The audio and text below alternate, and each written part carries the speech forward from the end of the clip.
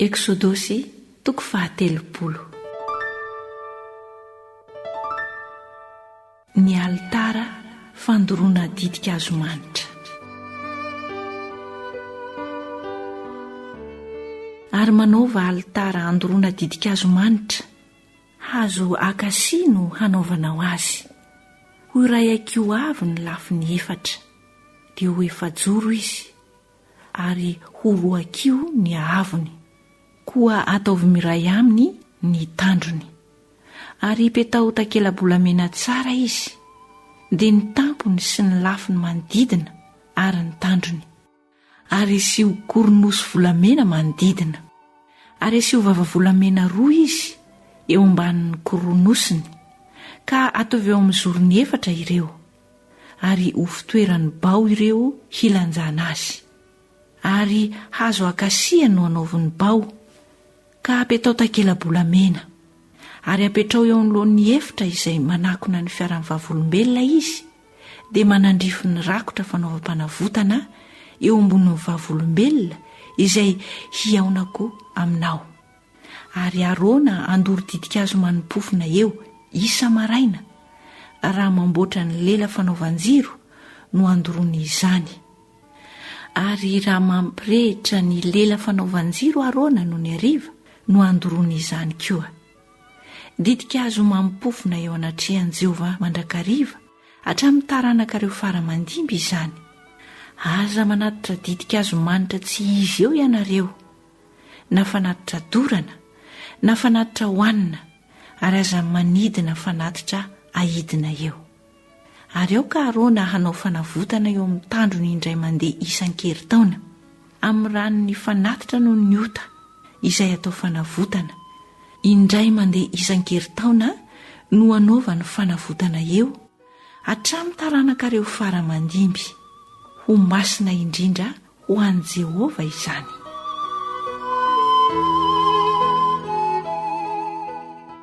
Ny andohavana ny vola avotra.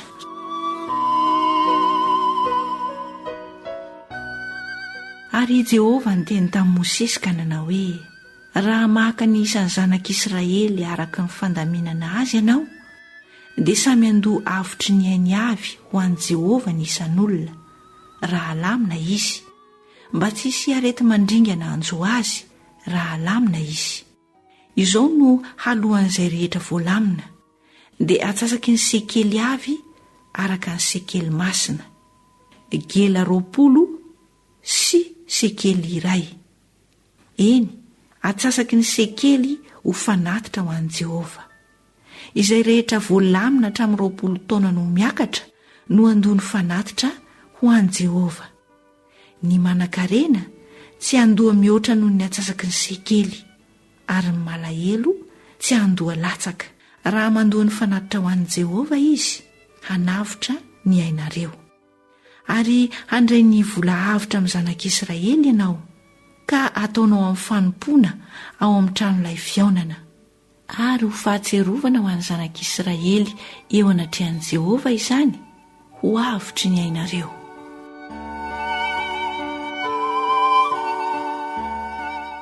Ny tavy sy ny diloilo fanosorana ary ny didika azo manitra.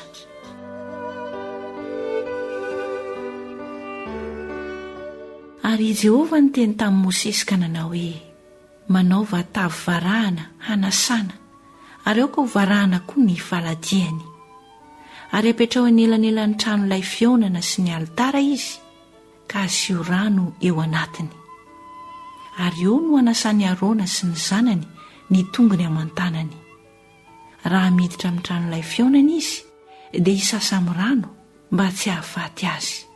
Ary raha manakaiky ny alitara hanao fampopivavahana izy, mba handoro ny fanatitra atao amin'ny afo ho an'i Jehovah, dia hanasa ny tongony aman-tanany izy mba tsy hahafaty azy. Ary ho lalàna mandrakizay aminy sy ny zanany izany hatramin'ny taranany faramandimby. Ary Jehovah niteny tamin'i Mosesy ka nanao hoe, maka zava-manitra tsara ho anao, dia miora mitete 500 sekely sy avozo manitra atsasak'izany, dia 200. sy veromanitra 500 sy kasia 500 araka ny sekely masina, ary diloilon'oliva erany hina. Dia amboaro ho diloilo fanosorana masina izany, ho zavatra aharoaro, asan'ny mpangaroaro zava-manitra, ho diloilo fanosorana masina izany. Ary hosory amin'izany ny tranolay fionana sy ny fiarany vavolombelona sy ny latabatra mba amin'ny fanaka rehetra momba azy, sy ny fanaovan-jiro mba amin'ny fanaka momba azy, sy ny alitara fandoroana didikazomanitra, ary ny alitara fandoroana ny fanatitra dorana mba amin'ny fanaka rehetra momba azy, ary ny tavy sy ny faladiany. Ary amasino ireo mba ho masina indrindra, ary ho masina izay rehetra manindry azy.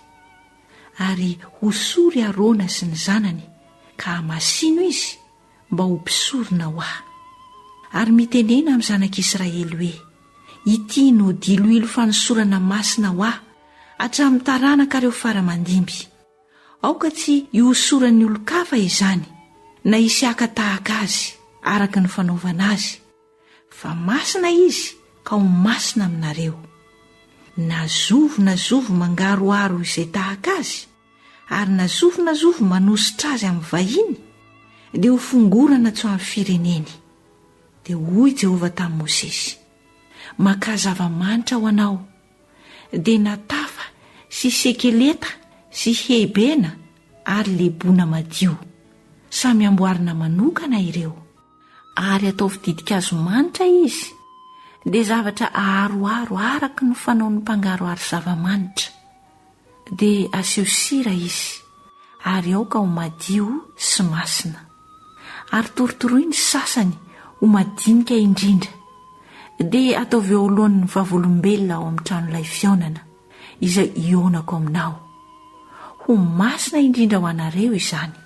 Ary ny amin'ny didikazo manitra izay ataonao, dia aza mba misy atao tahaka azy ny ho anareo. Ho masina aminao ho an'i Jehovah izany. Na zovy manao izay tahaka azy ho fanoroana, dia ho fongorana tsy ho amin'ny fireneny.